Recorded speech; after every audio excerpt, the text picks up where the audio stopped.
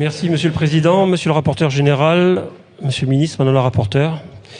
Cet amendement du groupe démocrate, que je sais soutenu par de nombreux députés sur nos bancs, institue l'expérimentation d'un mécanisme de médiation sur les réseaux sociaux. Bien que les utilisateurs et utilisatrices soient en permanence exposés à des contenus offensants, nous savons qu'un jeune sur 3 ne signale pas les agressions dont il est victime. Face aux difficultés que représente l'action en justice, il est urgent d'élaborer de nouvelles solutions. La médiation entre utilisateurs volontaires, dispensée par des associations, peut en faire partie.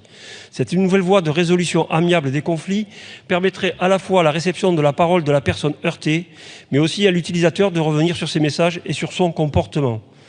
L'intérêt premier d'une médiation est de créer une modération consentie par l'émetteur, une façon d'encourager les usagers à revenir sur leur comportement cyber-violent. Les médiations seront essentiellement menées auprès des contenus harcelants ou offensants, suscitant une charge mentale ou dit contenu gris, car non manifestement illicites. Ce sont par exemple des moqueries, sans être de l'ordre de l'insulte, les piques constantes entre membres d'un même groupe, ou encore des propos empreints de clichés, sans tomber dans le champ des délits qui y sont consacrés.